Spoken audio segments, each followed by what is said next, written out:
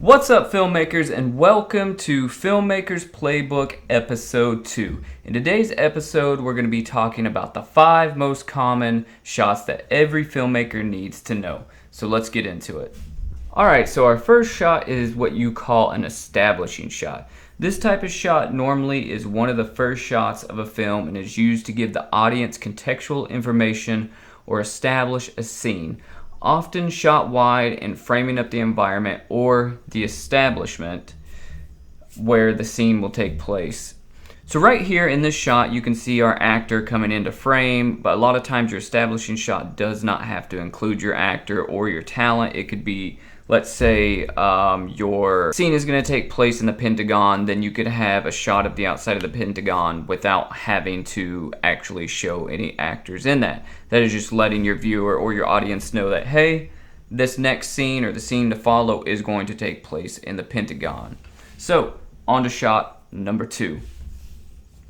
Our second shot, not to be confused with the establishing shot, is the wide shot or long shot. This shot is typically used to show a character in their environment while framing their whole body most of the time. While the establishing shot sets the scene, the wide shot will usually start setting the narrative in motion.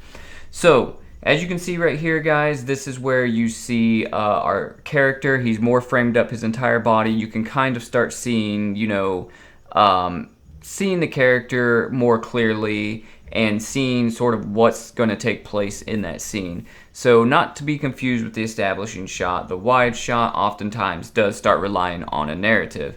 So you will see more information, more things going on in a long shot or a wide shot. Typically, they'll usually include the talent or the actor. So, shot number 3. Next shot on our list is typically everyone's go-to shot or starting point when they begin shooting, and it's called the medium shot. So a lot of times people jump straight into the medium shot. Like right now, I am framed in a medium shot. So a medium shot is going to be anywhere normally from your actor's waist to about the top of their head, and normally it's a good thing to leave a little bit of breathing room above the top of the head. So you're not cutting off the top of their head right there. So unfortunately, I'm kind of slumped over in my chair, so that gives me enough breathing room right here, and that allows for you to not only see their facial expressions, but you can also see their body language as they talk. So if you need good examples of medium shots, then look no further than John Ford Westerns. He was dubbed the medium shot king. So as you can see, our talent's coming in, and you can see essentially his body language. You could tell whether he's hesitant to snap this photo, or if he's apprehensive, if he's excited, or what have you, just by looking at his body language. So let's move to shot number 4. Shot number 4 is a very important one. It is the close-up. Close-up shots really drive emotion in a film and can really impact your audience when done correctly. These types of shots are framed tight on your talent or object to emphasize any detail, filling most, if not all, of the frame. Once you master the close-up, you can control the viewer's emotions. Also, while we're here, let's talk about the extreme close-up. So as you can see, our talent is in a close-up shot right now, and it helps you better understand what exactly he's doing. Of course, you can see he has a camera in his hand and he's about to snap a photo, but maybe this is a commercial for a client, for Sony even, and you want to showcase the camera, you want to showcase the lens. Maybe you're trying to shoot a commercial for the type of frames he's wearing on his face, so maybe you want to get a close-up or an extreme close-up of the glasses he's wearing. So that's why this type of shot would come in handy in this particular scenario. So while we're here, let's talk about the extreme close-up, which is just another variation of the close-up, but zoomed in or framed even closer. The ECU doesn't only emphasize emotion when used, but it forces your audience to look at or pay attention to the details you want them to. A very effective tool. So, if you really want to show emotion, or if you want to make your viewers pay attention to minute little details or something that you seem or dub very important in a scene, then you would do an extreme close-up.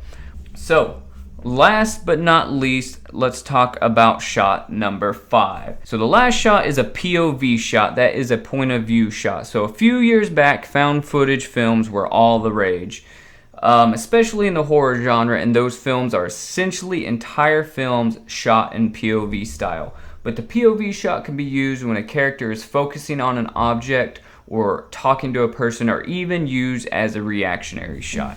So a reactionary shot is essentially a shot where, let's say I am talking to this person here, and as I'm talking to them, you actually shoot this person and what their reaction is to the things that I'm saying.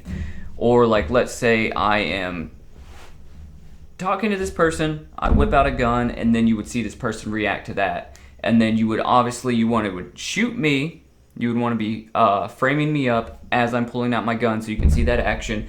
And then you would want to be shooting over my shoulder, getting this person's expression of surprise, horror, or whatever the case may be, seeing me pull out a gun. So that's a reactionary shot. So using all of these shots in conjunction with one another is going to make your film, your commercial, your video a lot more dynamic. Because we can play the whole scene through in a wide. We'll go ahead and do that right now. It's kind of boring, so get ready.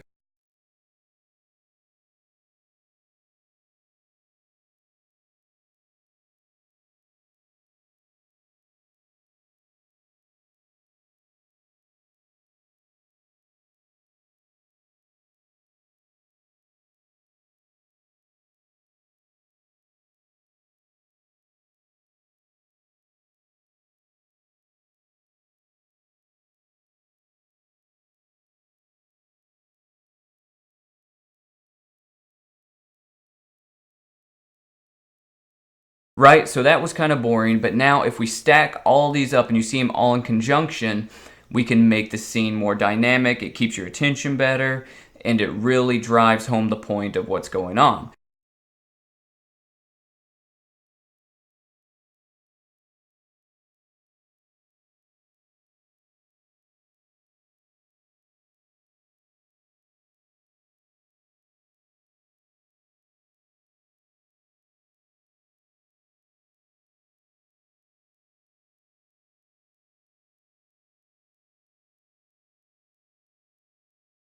Now if we play it one more time, but we throw in some ADR and we throw in a soundtrack, it makes it even better.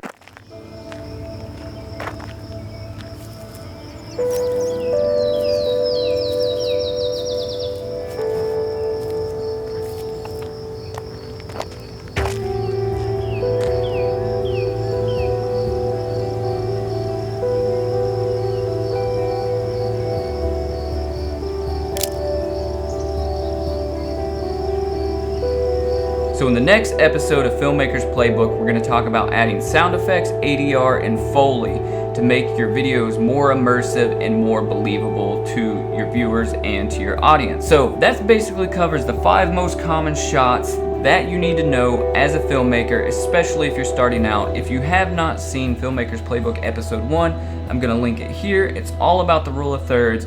And guys, if you like these videos, make sure you comment, let me know that you like them.